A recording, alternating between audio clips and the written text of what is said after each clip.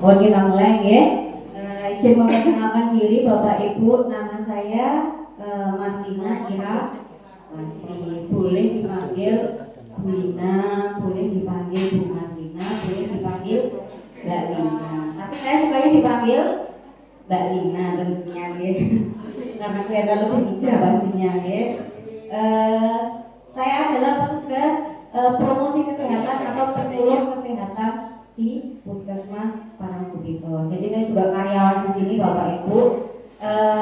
Saya kantornya di lantai 2. Jadi kalau Bapak Ibu nggak ketemu saya itu wajar, karena saya tidak di pelayanan. Saya bisa sambil nyuntik. Saya biasanya di lapangan, belum di lapangan pakai loh, guys. Biasanya di jadi saya biasanya di kegiatan posyandu atau bersama dengan ibu kader. Ada yang putranya ikut kader kesehatan? Ada banyak ya? Iya, terima kasih.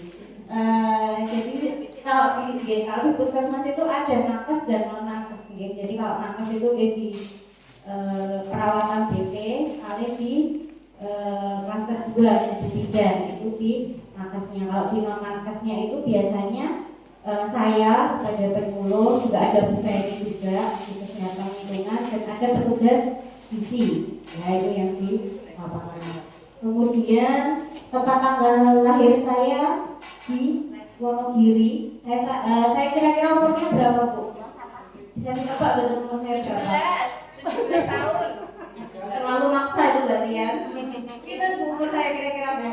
30 tahun. Oh, terima kasih. Jadi saya 38 tahun Bapak Ibu. Saya kelahiran tahun 88, asli Wonogiri.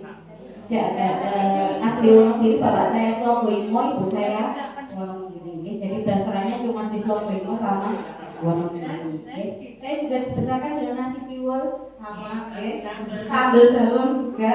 Iya, cocok dan sama bacem Kemudian alamat saya di Kebonaro RT 2 RW 1 Purwosari Wonogiri.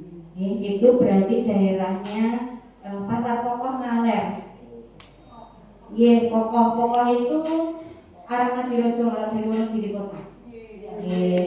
Monggo kalau ada saudara yang di sana, Katuran Pinarak, saya di Purwosari. Saya juga lajeng tiap hari Bapak Ibu dari Wonogiri ke Parang, ya setiap hari Senin sampai Sabtu juga. Jadi saya kalau berangkat jam 5 pagi, jam 5 lebih 5 lah, motor saya 2, jadi saya dari rumah ke Gudang Seng itu saya punya 1 motor, saya titip di Gudang Seng. Kemudian dari Gudang Seng saya ke Praci itu naik bis. Kemudian saya ada 1 motor lagi yang saya nginepnya di Praci. Jadi motor saya ada 2. Doanya saja saya diberikan kesehatan selalu, keselamatan juga sampai sini, ya. Amin, matur suwun. Lajeng status saya sudah menikah Bapak Ibu, saya sudah menikah, anak 2, cewek semua, yang 1 sudah kelas 6 SD ini, yang 1 kelas 1, Kemudian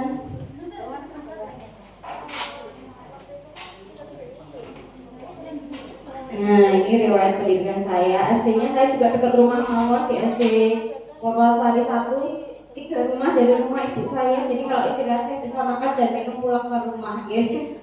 SMP-nya saya di SMP 2, SMP Bantaran ini tuh.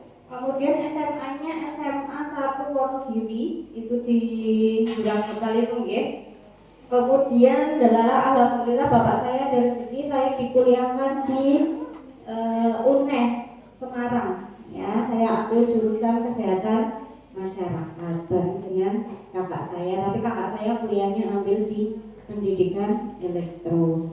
Kemudian organisasi dan pengalaman saya ikut anggota promotor, anggota penyuluh kesehatan di Kabupaten Wonogiri. Kemudian riwayat pekerjaan saya dari 2019. Jadi saya di Parang sudah lama Bapak Ibu. sudah 2019, 7 tahun ya. Ya sudah lumayan lama. Ya, kemudian hobi saya jalan-jalan sama menyanyi. Ya, meskipun suaranya nggak bagus, tapi saya hobi nyanyi Bapak Ibu. Jadi kalau menyanyi itu kan mengeluarkan energi, ya. Ada rasa senang tersendiri, meskipun suaranya juga tidak bagus ya. Apa? Mungkin itu sekilas dari perkenalan saya. Ada yang mau ditanyakan, Boten? Sudah. Tadi namanya siapa, Bu? Iya. Jadi nanti kalau ketemu di jalan boleh disapa, ya. Harusnya saya yang menyapa dulu ya. Salah. Takut gelap apa medeni kula. Aku takut salah. Enggak apa-apa, nggih. Katanya mau minum. Ajeng mawon nggih. Bapak Ibu, hari ini akan saya penyuluhan ya, terkait dengan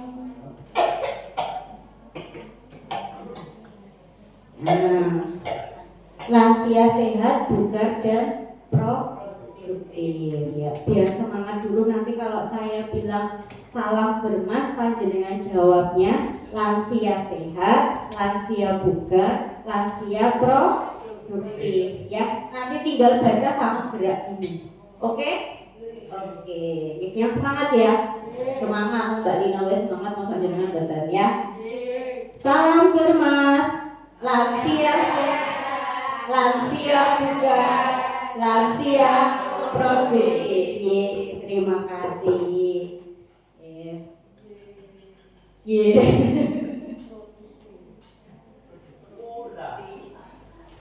Nah, sibuk mana Bapak? Apa yang terkait dengan gambar itu apa, Bu? Bahagia. Ketoknya berbulan-bulanan tapi bahagia. Gitu. Sederhana tetapi bahagia. Nah, itu adalah gambaran lansia yang masih ada yang begini betul sama pasangannya. Betul. Lah pripun kok ndaki? Yang penting rukun aja. Jadi lansia yang baik yang sederhana mawon ya. Jadi ada nanti ngeteh bareng atau makan bersama. Kalau dulu makannya masih di meja makan ya. Kalau sekarang makannya udah pisah. Jenengan apa jenenge teras dapur ibu tuh. Nah, wis beda-beda. Nanti coba biar ada chemistry nih ngono lho. Biar ada emosional yang terkait ngoten nggih. Ada kaitannya emosional dengan pripun, Mbak? Kadang beda jam makannya. Tapi kalau sore kan pasti ada waktu nggih. Nah. Pripun? Lah, romantis sekali. Disulap mboten, Bu? Nek ora loro ya tak bulang, Bu. Ya, jadi itu adalah lansia yang bahagia itu adalah lansia yang menerima setiap keadaan dan tak lupa untuk selalu bersyukur ya, kayak hidup yang sederhana ya, seperti menikmati hal-hal kecil, minum teh bareng atau makan gorengan bareng, kemudian ngobrol sederhana. Itu adalah curhat ya. Diaminkan badan ini. Amin. Ya, kemudian apa yang pasti dalam hidup ini? Yang pasti apa dalam hidup ini? Yang pasti tua. Yang pasti mati ya, tetapi sebelum mati pasti ada prosesnya. Yang pasti dalam hidup ini adalah menjadi tua, yes. Karena tua adalah siklus hidup yang alami. Ada yang mau menolak menjadi tua, badan? Pengen enom terus ngoten badan? Boten, guys. Saya pengen jadi enom terus, tapi kan dia boten sakit, guys. Kita tidak bisa menolak untuk menjadi tua. Saya juga yakin bapak-bapaknya biar mesti yoga gagah, gitu. Ya, ibunya mesti dia menik-menik ayu-ayu, guys. Kayak bidadari.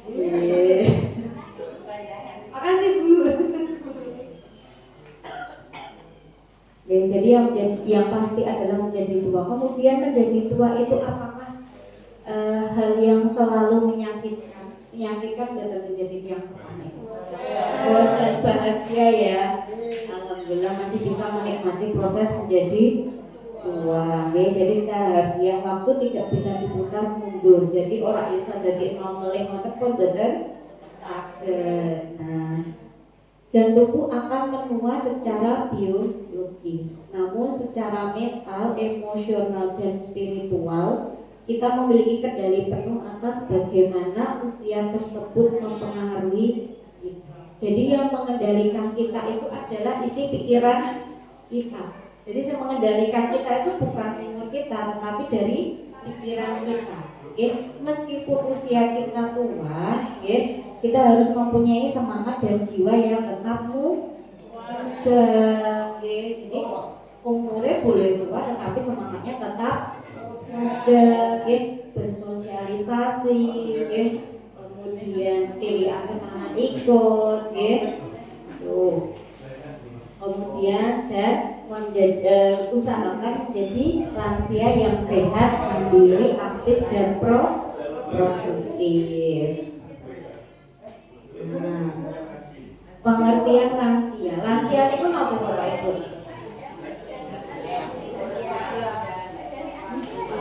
Lansia itu sepuh, ya. Lansia itu adalah seseorang yang sudah mencapai tahapan akhir dari siklus hidup. Jadi siklus hidup itu kan dimulai dari bayi balita ya, bayi balita, masa sekolah, remaja, dewasa, barulah lansia. Mau cukup dia kayak langsung jadi lansia kan betul ya. Kita sudah melewati proses itu ya, Kemudian dan berusia 60 tahun ke atas. Pada individu ini mengalami proses penuaan atau aging. Banyak yang berubah ya. Yang dulunya pipinya mesti ya kencang-kencang saiki ya. Kalau malah rata belum ngomong itu. Tetapi semangatnya yang penting ya. Kemudian ini mesti ya kulitnya do kencang-kencang juga di tangan sini saiki ya guys. Itu sudah tidak bisa ditolak. Itu adalah proses penuaan. Besok saya juga gitu Bu, sama aja. Tinggal prosesnya yang mengikuti. Kemudian pada fase ini ya mengalami perubahan dan penurunan baik fungsi biologis, fisik, psikologis maupun sosial. Dari segi fisik ya dulu bisa makan mungkin 50 kilo beras, sekarang cukup mampunya cuma 10 kilo. Nah itu juga termasuk dari proses perubahan atau penuaan. Kemudian kategori lansia itu ada 3 Bapak Ibu. Jadi ada pralansia, ada lansia dan lansia resiko tinggi. Jadi pralansia itu usia 45 sampai dengan 59. Jadi saya 7 tahun lagi sudah masuk pralansia Bapak Ibu. Saya nantinya juga ikut posyandu ini ya, posyandu lansia ya. Ada yang usianya kurang dari 45 di sini?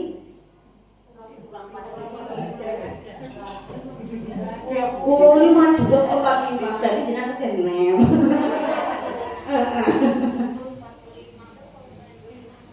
Jenengan ternyata sekawan gangsal balik.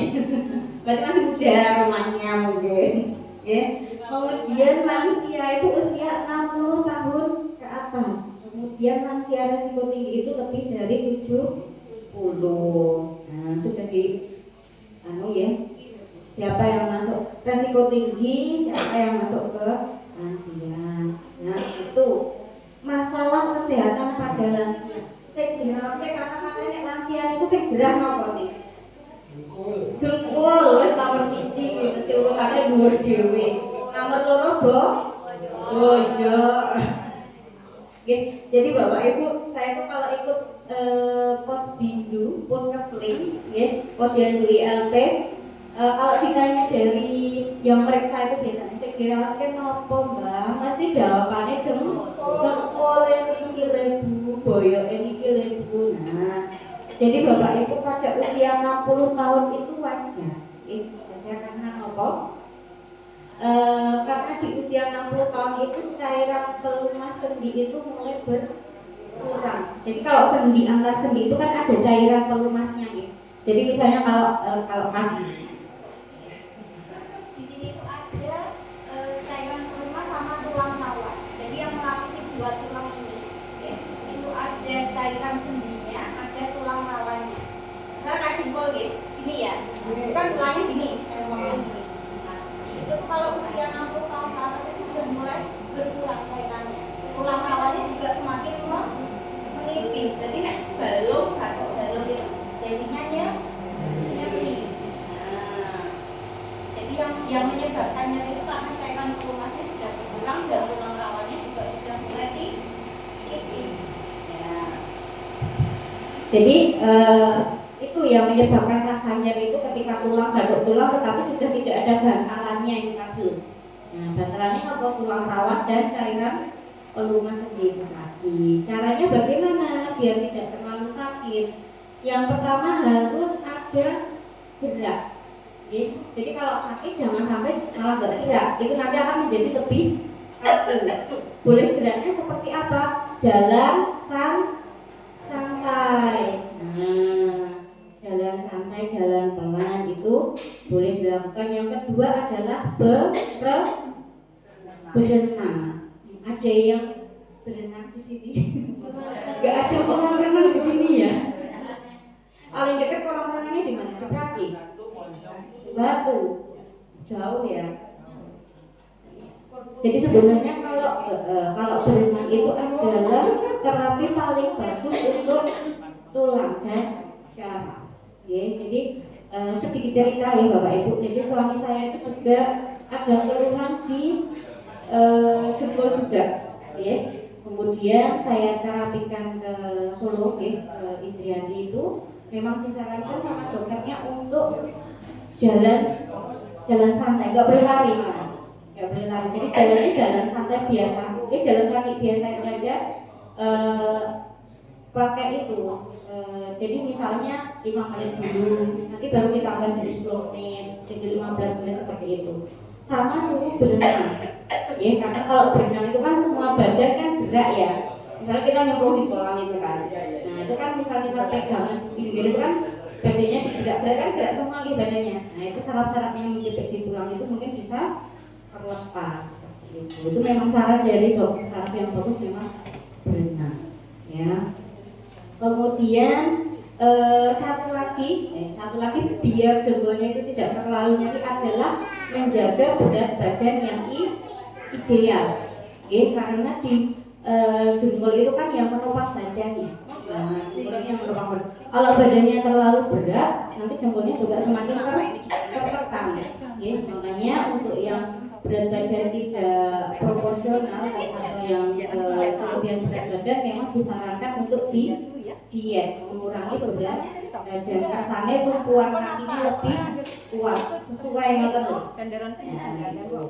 Kemudian satu lagi adalah mencukupi konsumsi makanan yang tinggi kalsium. Makanan tinggi kalsium contohnya apa Bu? Apa? Susunya bukan susu kotak, ya susu kotak itu lagi anak-anak ya. Susunya susu apa? Yang rendah lemah. Ya, boleh. Ada yang minum susu?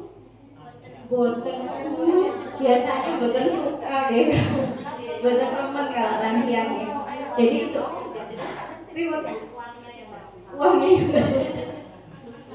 Ya, jadi susu kalsium itu memang mahal gitu, lebih mahal dari susu anak-anak ya. Tapi kandungan kalsiumnya memang bagus, memang murni untuk kalsium. Kemudian kalau dari susu tidak dapat, kita boleh dari makanan ya, tahu tempe itu juga ada kalsiumnya. Kemudian daun kelor ya, brokoli itu juga banyak kandungan kalsiumnya. Jadi misal kalau susu nggak kebeli, kita cukupi dari makanan itu tadi ya. Kemudian ada yang merasa badan kalau bangun tidur badannya sakit-sakit semua, kaku-kaku. Ada Bu,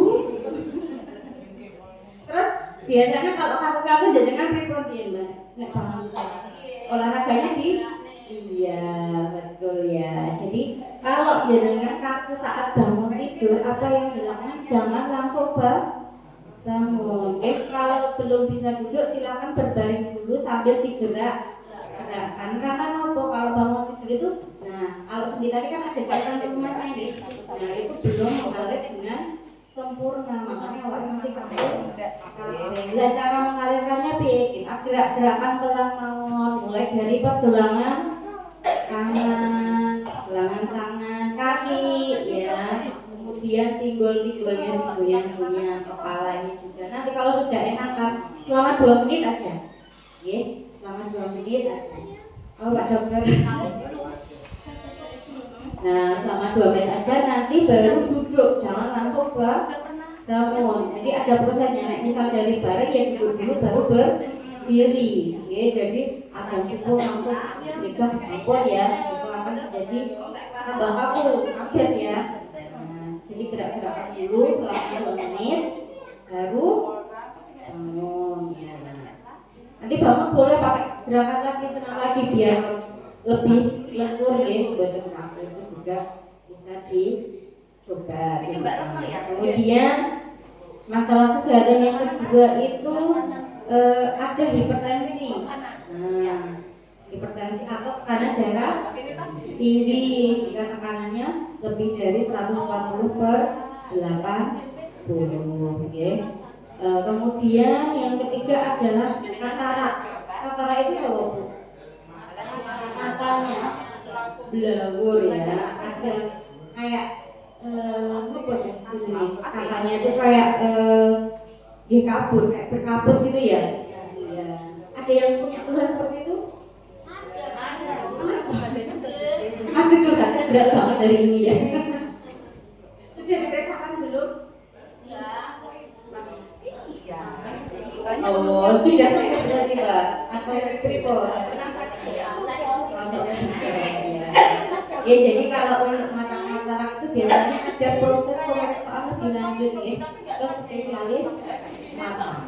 Ya, kalau dulu katakan kalau operasi harus operasi ya. Tapi kayaknya sekarang cukup di laser sehari langsung boleh pulang. Kayaknya seperti itu. Kemudian penyakit yang keempat adalah stroke. Ya, yang kelima adalah jantung, keenam adalah gangguan mental emosional, yang ketujuh adalah DM. Nah, itu adalah menurut penelitian penyakit yang sering, masalah kesehatan yang sering terjadi pada lansia.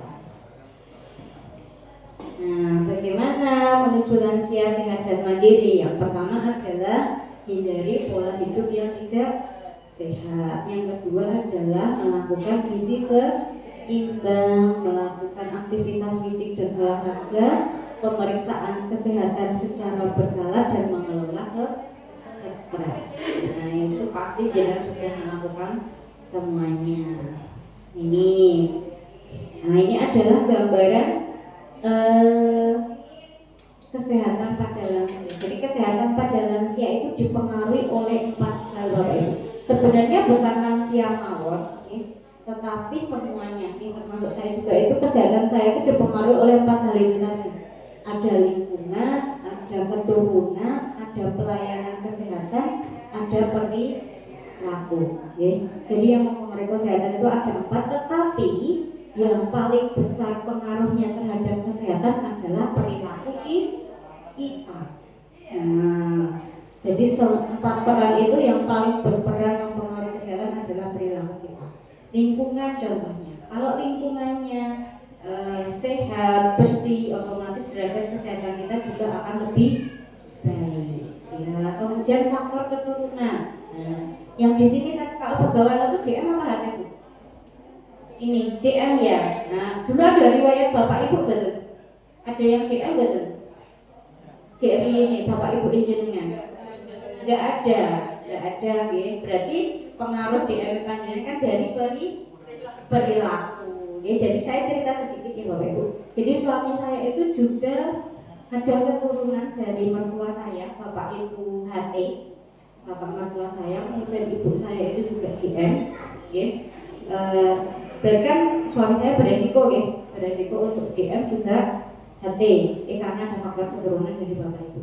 Tetapi saya yakin dari perilaku, ketika saya menjaga pola makan, perilaku dari suami saya, insya Allah juga terjaga. Jadi yang mempengaruhi itu paling besar memang dari perilaku sama kebiasaan itu kan, ya. Kemudian pelayanan kesehatan, nah itu juga pengaruh juga kepada derajat kesehatan kita, ya. Kalau selama pelayanan kesehatan di puskesmas baik betul Bu, baik ya, pasti ya, HS dulu ini, HS dulu, nah itu yang mempengaruhi derajat kesehatan. Kemudian gaya hidup sehat pada lansia. Apa gaya hidup sehat pada lansia? Adalah segala upaya untuk menerapkan kebiasaan yang baik, dalam menciptakan hidup yang sehat dan menghindarkan kebiasaan buruk yang dapat mengganggu kesehatan. Apa Bu? Ya itu gaya hidupnya tidak sehat, insomnia itu sulit tidur. Ada yang punya keluhan sulit tidur? Susah tidur atau tidurnya kurang nyenyak? Kenapa susah tidur? Gak tahu. Sarane jam pinten jenengan wiwit sare? Pamine jam 8 Nggih. Jam 12 pun lilir mboten saged tilem ngantos. Sampai pagi. Kok bisa enggak? Masa jalan semalam cuma tidur 2 jam jenengan. Jam 10 sampai pagi itu berarti jenengan ngapain? Nyoba itu. Tapi sok lalem. Sok lalem ngoten. Apa karena apa itu sulit ke pipis?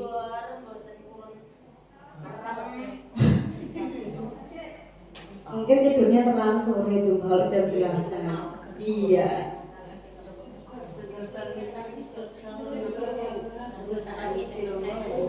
Jadi dari saat mau cari kawan gitu. Makanya tidak bisa diajak kompromi berarti ya.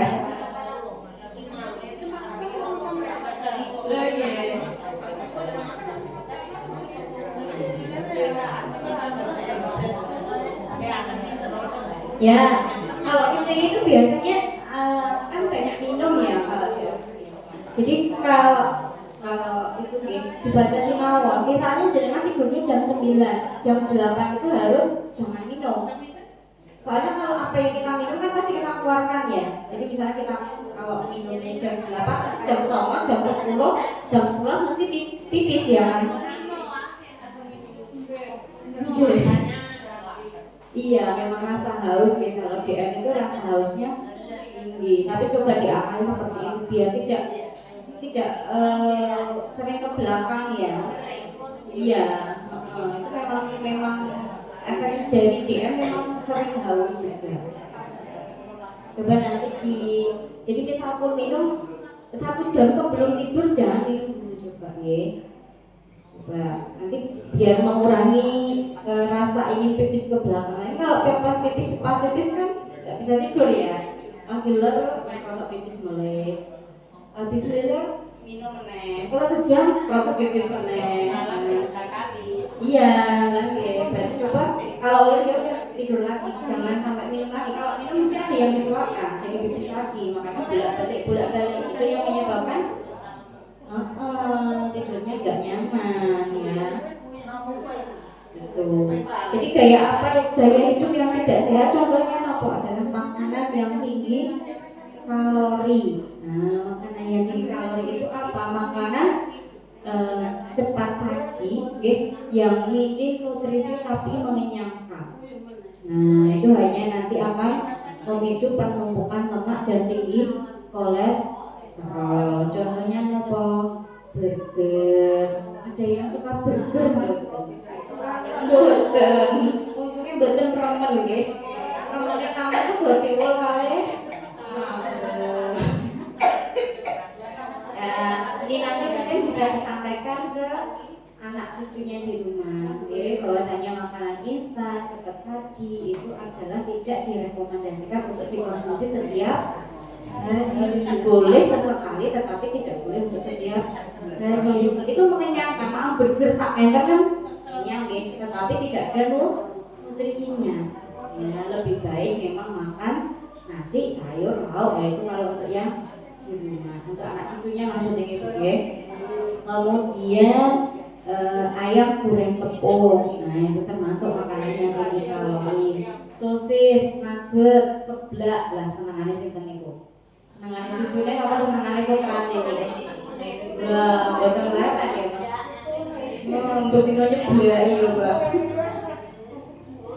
Jadi saya itu tidak pernah melarang untuk mengkonsumsi makanan seperti itu, tetapi ada jedanya, maksudnya mungkin sebulan sekali atau 2 minggu sekali, monggo lah. Tetapi untuk setiap hari saya memang tidak anjurkan, karena itu banyak pengawetnya. Yang pertama, sosis, nugget itu kan pengawetnya banyak gitu. Nugget yang beli loh maksudnya gitu, bukan nugget yang bikinan sendiri.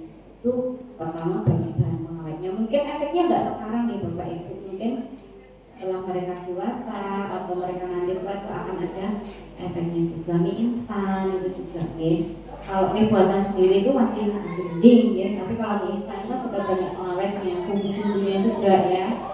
Kemudian makanan tinggi lemak, contohnya makanan tinggi lemak apa Bu? Enak banget, enak. Ratu kok siji ya.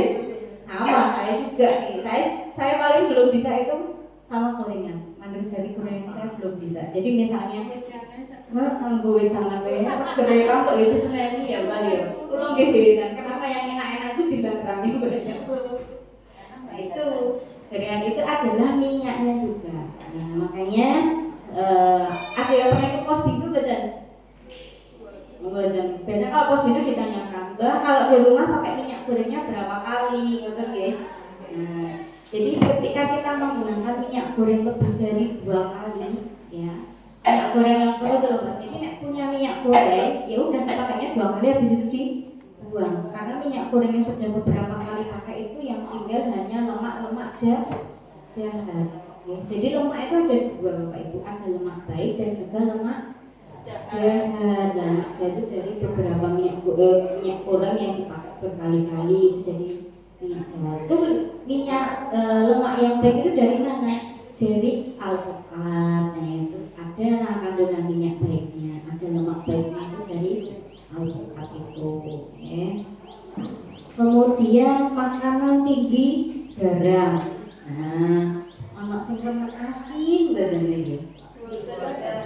Sekapan Bu nek ditanya itu. Remen asin, Mbak. Sekapan Bu padahal asin katanya. Jadi Bapak Ibu untuk konsumsi garam di Anis Mbak Ati. Ya, jadi untuk konsumsi garam, itu adalah maksimal 1 sendok teh dalam 1 hari. Jadi dalam sepiro iki dilupukne uyah sak sendok teh. Itu bagi orang yang normal, untuk tensi yang normal. Untuk yang HT, untuk yang hipertensi tensinya tinggi, harusnya kurang dari 1 sendok teh.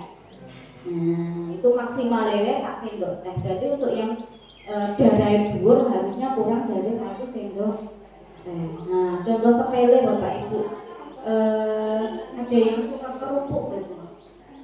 Kalau makan harus pakai kerupuk gitu. Cocok nih. Manggone sak odong. Nah, jadi kerupuk itu ya, kalau kerupuk itu kan gurih ya rasanya ya, gurih. Maksudnya kita makan nasi sama kerupuk aja itu udah ada rasanya gitu ya, ada gurihnya. Nah itu kandungan natrium atau garam dalam kerupuk itu sudah banyak sekali. Jadi nek misal kita makan sak lodong kerupuk, nah itu isinya asin semua ya. Nah jadi dibatasi mawon ya. Kemudian makanan tinggi garam yang lainnya adalah Royco. Nah, micin, masako, nah itu sejenis ya, sama aja. Ada yang masak sudah pakai micin tambah Royco betul. Ini emang beriku kok yoga. Nah itu kan sudah saya juga bilang kenapa yang enak-enak itu dilarang dulu ya. Kok iso apa cik masaku cik roy kok ya komplit. Nah waktunya semua itu belanja. Jadi ini saya cerita pengalaman nih Bapak Ibu. Jadi saya itu kan ikut posyandu ILP sama petugas bisnis saya, sama Pak Indra, ada yang kenal Pak Indra. Nah itu pas saya saat posyandu ILP ada ibu-ibu datang, ya posisinya itu baru ditensi. Ditensi itu dilalah tensi memang agak tinggi, 150 per berapa itu saya lupa. Kemudian Pak Indra kan di langkah 5 ya di meja konsul ya. Datanglah ke meja konsulnya Pak Indra. Kok tensinya jebol kalau Pak saya itu nggak pernah tensi tinggi. Nah, kalau seperti itu. Ditanyalah sama Pak Indra itu. Tadi pagi masaknya nopo Mbah? Masaknya ini pakai Royco. Iya pakai Royco, pakai foto. Nah itu. Kemudian dikonsul sama Pak Indra pada saat itu. Jadi jenengan dalam sebulan ini masaknya nggak pakai Royco sama izin, ya. Bisa mau pakai ya wes sih wae kok. Nah, itu ya. Dicobalah benar sama ibu itu. Dalam sebulan itu memang agak mungkin tensinya tinggi. Cobalah itu dalam 1 bulan masa memang nggak pakai Royco, nggak pakai izin sama tensi lah, datanglah ke ILP bulan berikutnya. Kalau posyandu kan sekarang ILP nih Bapak Ibu. Jadi kalau ILP itu melayani semua siklus hidup.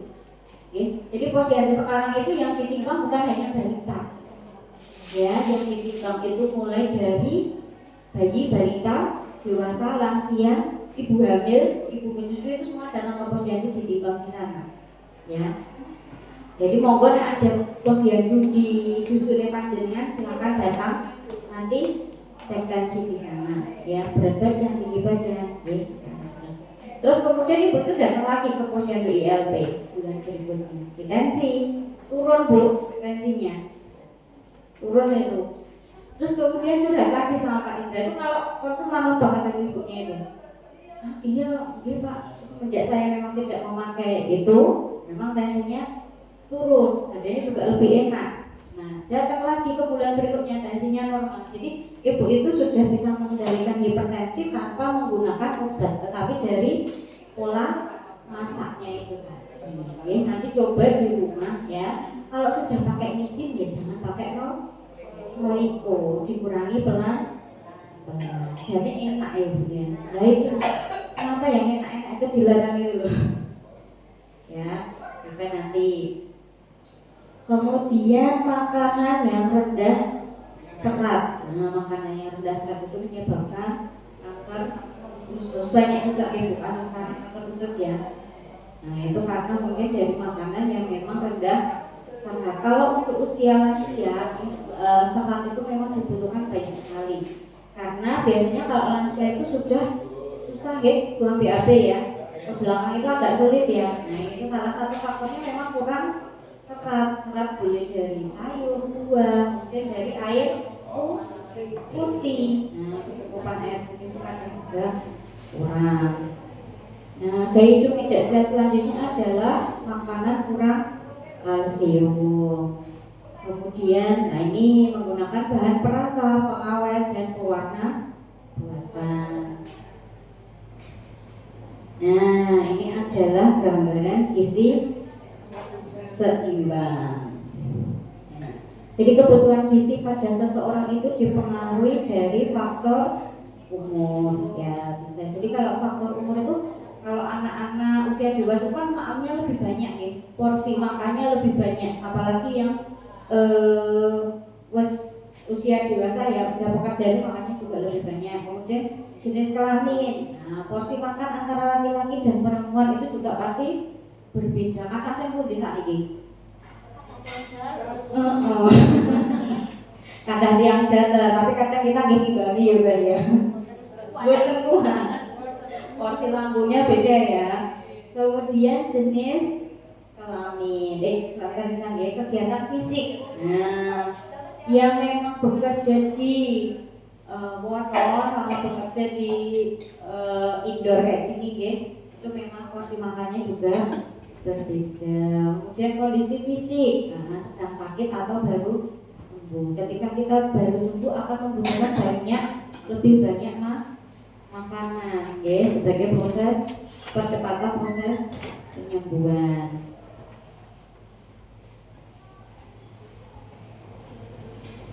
Nah, jadi masalah gizi pada lansia itu ada dua Bapak Ibu. Masalah gizi kurang dan masalah gizi lebih. Nah, ini Bapak Ibu, saya punya piring yang sangat bagus sekali. Ini piring saya. Kalau piringnya Ibu di rumah seperti apa?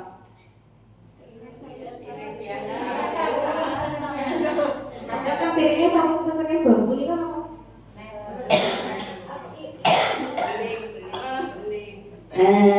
Ini adalah gambaran dari isi piringku. Coba Budi, di rumah jenengan nasinya seberapa? Ini gambarin, cuma gambarin. Nasi nopo Bu? Maksudnya ekak-ekak ini piring jenengan di separuh. Oh, separuh. Ekak-ekak itu enggak.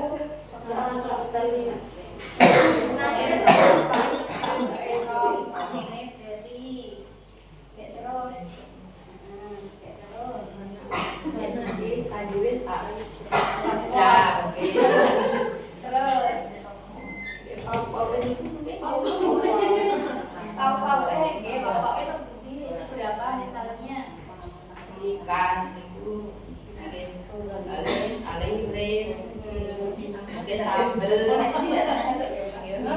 sambel mungkin apa godrong sak panggi bisa juga bajem ada kates ada panjang sakale so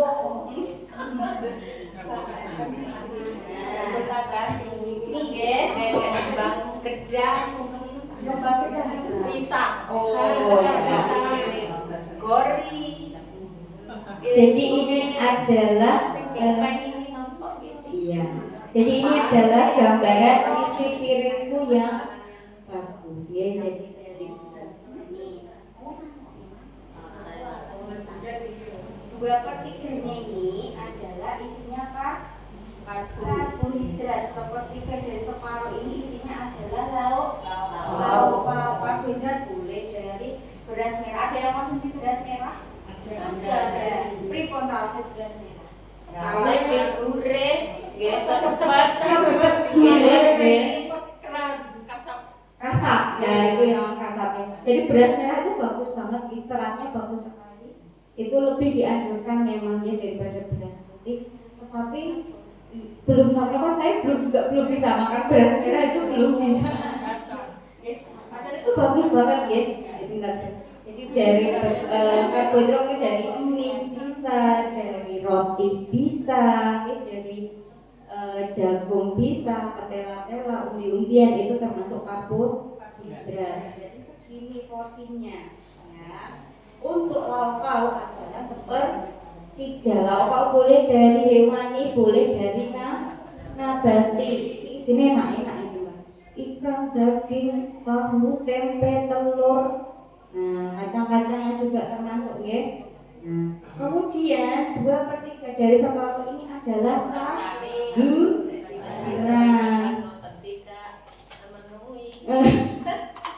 Sawonten nih ya, tapi yang penting ada karbonya, ada sayurannya, ada proteinnya. Nah, sayurannya boleh dari sekitar mawon ya. Oh, oke, OTW. Ada labu, ada pare. Ini beda dengan yang punya asam urat tinggi ya. Ya, nanti untuk asam urat tinggi kan biasanya dibatasi ya dari kacang-kacangan, kemudian bazem ya, kemudian dari kangkung. Nah, kangkung itu juga dibatasi untuk yang asam urat tinggi. Kemudian ini adalah sepertiganya buah. Biasanya nek di rumah dahare buah nopo? Buah pisang. Nah, melon. ya, seadanya ya Mbak ya. Di sini kan banyak ya, ada, kemudian buah naga ya. Nah, itu adalah gambaran. Naga itu buat sendiri. Lagi, ngatur sendiri, panen sendiri, dimakan sendiri gitu. Nah, itu lebih bagus makanya ya, nggak ada pupuk-pupuk kimianya itu ya. Jadi ini adalah gambaran isi piringku yang baik. Kalau di rumah Mbak Kako nasinya seberapa Mbak Kako? Ini ngantuk sih lapor jangan dulu nek ben ngantuk ya. Ya, boleh berdiri biar nggak ngantuk. Boleh berdiri biar nggak ngantuk. Iya, Bung. Berdiri, buka pintu. Jadi saya jalan dulu ya. Biar gerak-gerak ya. Saya nggak sambil nyanyi ya. Di rumah cok pijet-pijetan badan. Boten. Semi nek anu. Kami nyanyi ya. Kalau saya bilang nenek-nenek nanti pijetnya tangan sebelah kiri. Nek kakek-kakek pijetnya sebelah kanan. Nek nenek nenek nenek.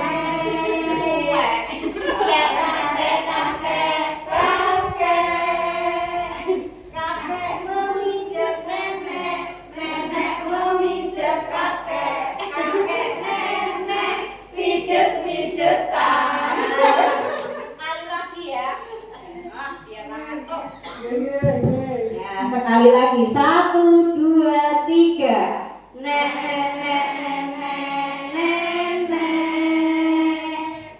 Kakek kakek kakek. Nenek memijat kakek, kakek memijat nenek, kakek nenek pijet-pijetan. Iya. Terima kasih, silakan duduk biar nggak ngantuk ya. Ini ngantuk semua ini, persiapkan ya. Biar nggak ngantuk ya. Jadi saya lanjutkan ya. Jadi itu adalah yang tadi sampai masalah gizi tadi ya. Jadi masalah gizi pada lansia itu ada 2, masalah gizi kurang dan masalah gizi lebih atau obesitas yang memicu penyakit degeneratif seperti jantung koroner, DM, hipertensi dan rematik. Apa itu penyakit jantung koroner? Adalah asupan konsumsi lemak jenuh dan kolesterol yang berlebihan. Saya jadi minum ya.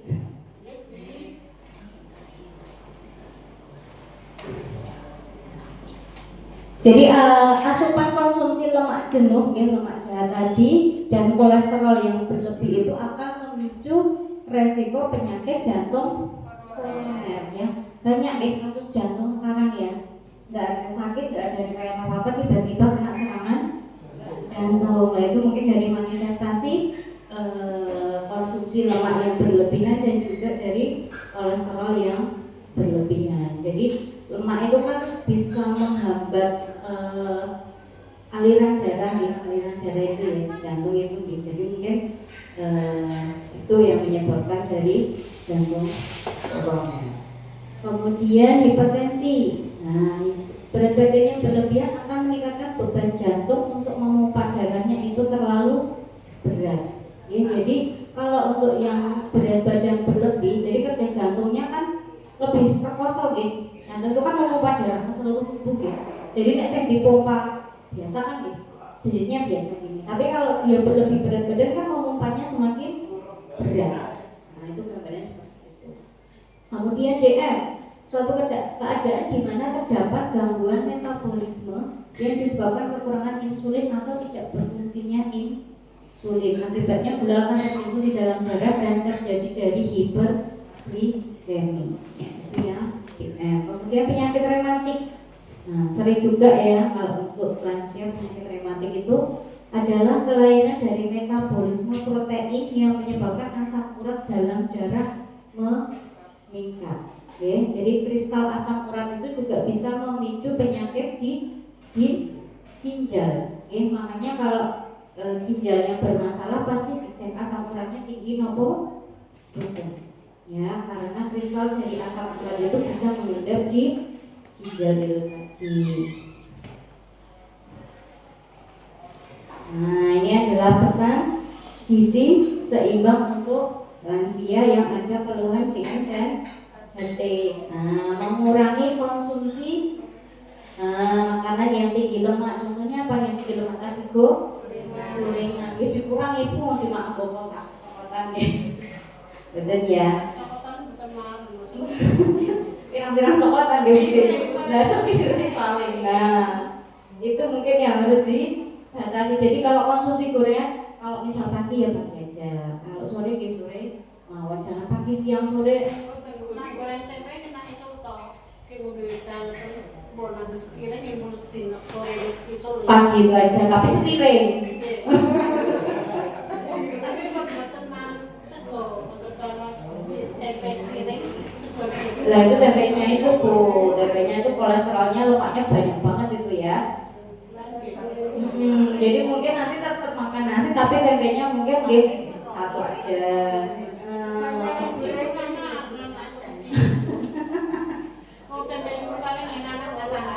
Oke. Lah ya, kenapa yang enak-enak tapi dilarang itu Bu ya. Nah, jadi harus berusaha untuk mengerem sendiri ya. Punya adanya untuk mengerem sendiri. Nah, jadi gini, kalau konsumsi makanan yang apapun makanannya, kalau terlalu banyak, khususnya juga tidak perlu. Nah, kira-kira besok kira kita las kok. Nah itu makanya, jadi kalau misal ya, perawatan ya, itu perawatan juga lebih bagus, ya. Itu akan kenyangnya lebih lama ya. Gorengan boleh sesekali, tapi jangan porsi banyak ya. Itu saran saya. Jadi kalau sesuatu makanan yang berlebihan itu kan bisa nanti tidak baik, ya.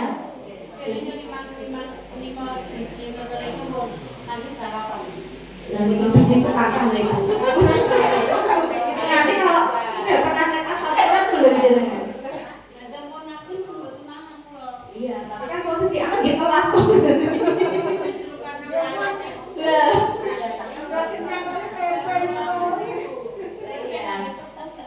Berarti tidak sesuai dengan kriteria lagi ya.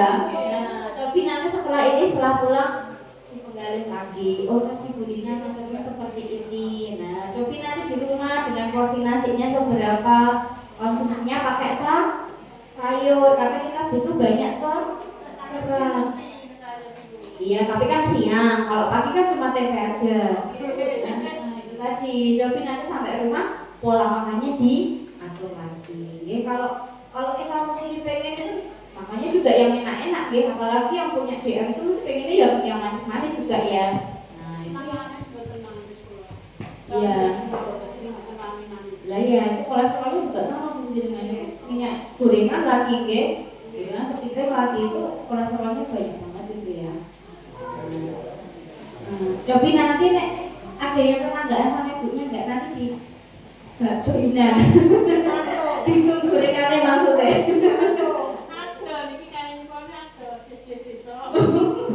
Berarti saya aja nanti yang sana ya, yang habiskan gorengannya aja.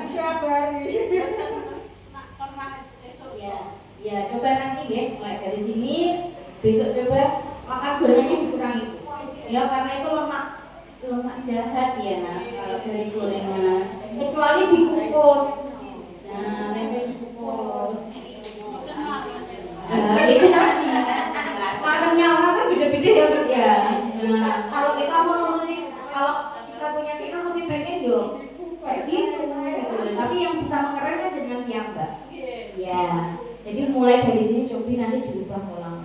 Ini kasihan juga loh. Betul setiap hari kok nak pengen tahu. Kayak pengen padahal bedino. Seminggu berapa kali? 3 kali, 4 kali? 2 kali toh, paling seminggu itu 2 kali toh. Oh iya, coba nanti jumlahnya loh benjenengan kalau sepiring itu banyak loh.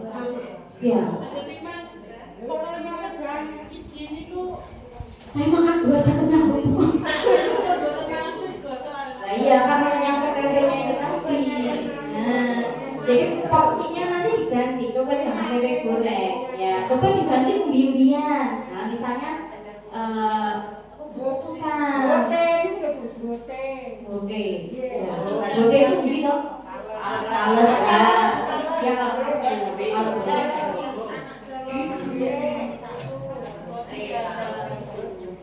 Paling kita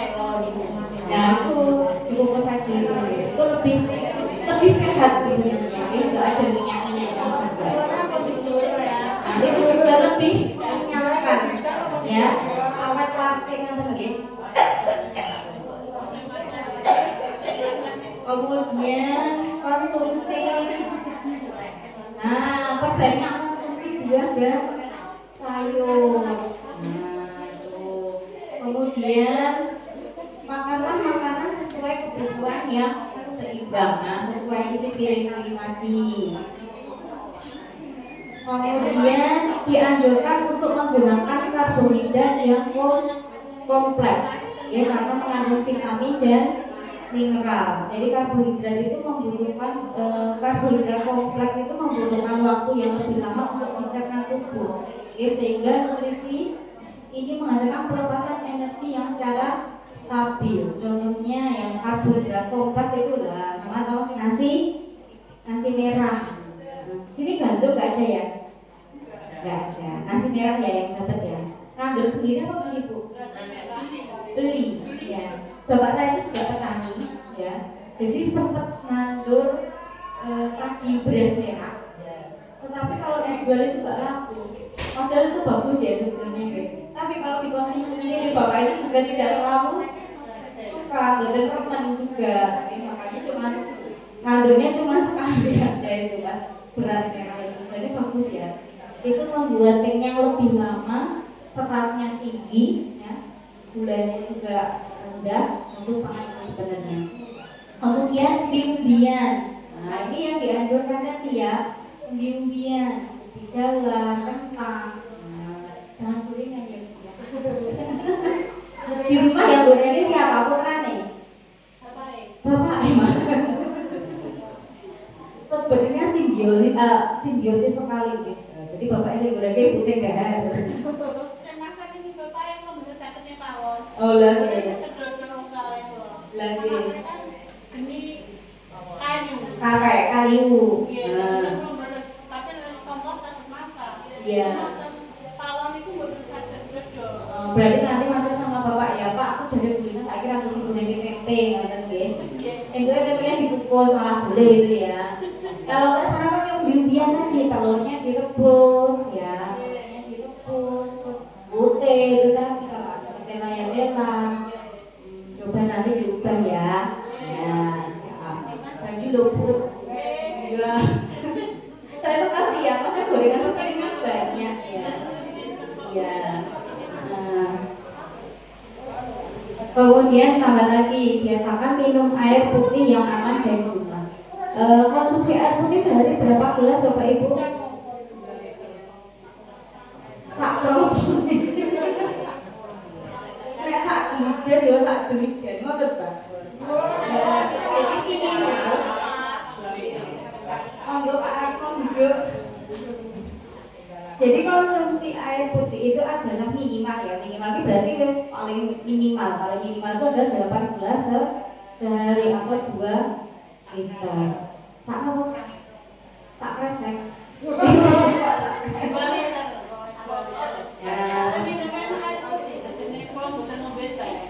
Jangan ya, lebih baik air putih ya. Boleh tes sekali itu boleh ya, tapi tidak pakai siang sore sebenarnya. Yang bagus adalah air putih. Kopi manis. Oh, kopi pahit ya. Nah, masih bagus itu. Kemudian batasi konsumsi lemak, minyak dan santan kental. Nah ini yang paling susah ini juga ini. Ya kalau masak masih pakai santan, dikai roh, itu tambah ini cin.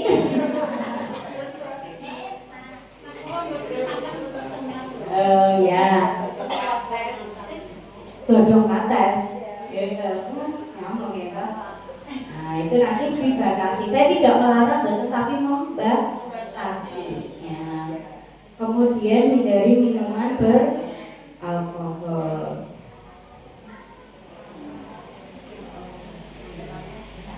Nah, melakukan aktivitas fisik dan olahraga. Aktivitas fisiknya kalau di rumah ngapain Bapak Ibu? Jalan-jalan itu sudah aktivitas fisik ya, keliling aja ya. Kemudian bisa juga. Sudah Mbak Lina? Aduh sudah ya. Aduh di timer ini ya. Nah ini cepat aja. Jadi melakukan aktivitas fisik dan olahraga. Nah ini manfaatnya secara fisik ya. Manfaat secara fisik meningkatkan daya tahan tubuh.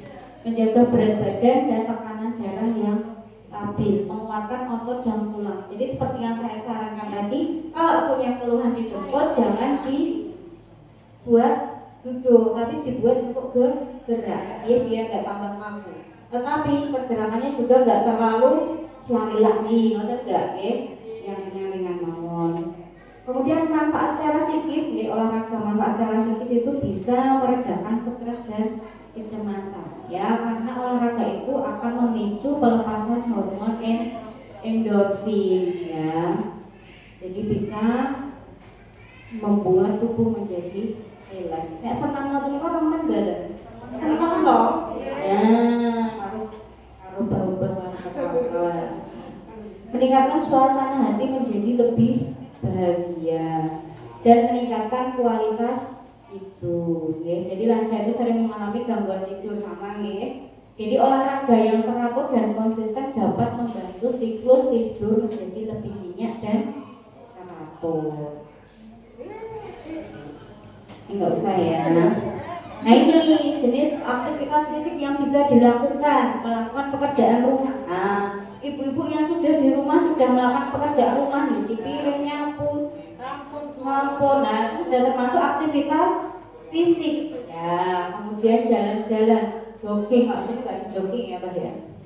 Senam lansia.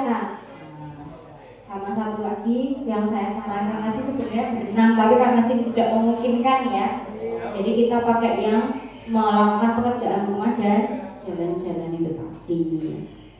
Nah, pemeriksaan kesehatan secara berkala. Jadi kalau Bapak Ibu tidak bisa memanfaatkan kegiatan posyandu yang saya sampaikan tadi, posyandu kan sekarang sudah terintegrasi, jadi tidak nimbangi balita tok, tetapi semua umur, dari bayi, balita, kaki ibu hamil, kemudian dewasa lansia. Jadi misal ada posyandu, jenengan silakan tidak ke posyandu, nggak ada salahnya ke sana. Nanti bisa cek tekanan darah, bisa ngecek tensi, bisa ngecek lingkar perut. Lingkar perut itu untuk mengetahui obesitas atau boten. Itu banyak sekali sebenarnya. Nah, satu lagi adalah yang tadi mengelola stres. Nah, ini adalah gejala stres pada lansia. Yang pertama adalah susah konsentrasi, mudah lupa, masih ngalenan boten. Enten, kamu tak bohong kendi, wes lali ya, malah jadi sendiri ya. Nah, pikun itu sebenarnya ada caranya loh, Mbak. Jenengan kalau di rumah masih pegang pulpen boten. Nah, dengan etok-etoknya nulis surat. Nah, kira tangan jelas. Enggak apa-apa, enggak harus bagus. Yang penting tangannya gerak. Kalau enggak, hobinya apa misalnya? Menggambar. Ya gambar. Jangan pegang pulpen, pensil. Itu bisa melatih pikun. Bisa melatih biar enggak pikun, biar enggak pikun. Guru-guru masker jadi salah.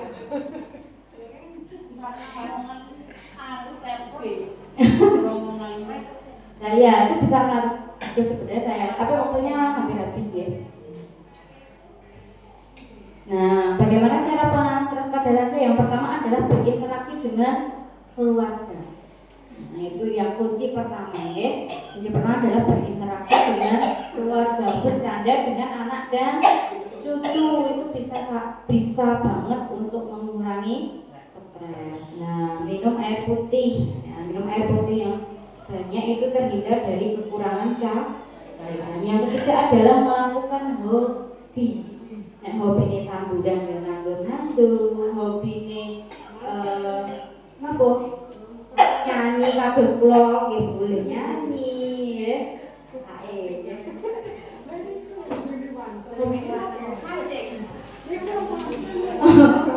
Hobi kan kita nggak bisa nilai ya Bu ya. Kayak mancing ya Bu. Kemudian yang terakhir adalah mendekatkan diri kepada Tuhan. Nah, ini closing statement dari saya gitu ya. Penua itu pasti, tetapi di lansia yang bahagia bahagia dan bermartabat itu adalah pilihan. Menua bersama. Itu mungkin our talk dari mungkin itu dari saya, ya. Ngapunten kalau banyak kata-kata yang kurang berkenan, ya. Boten prenane penggali Bapak Ibu sedaya, saya dari hati yang paling dalam, ya. Saya minta maaf. Wassalamualaikum warahmatullahi wabarakatuh. Terima kasih. Ada nuwun nggih Bu nggih.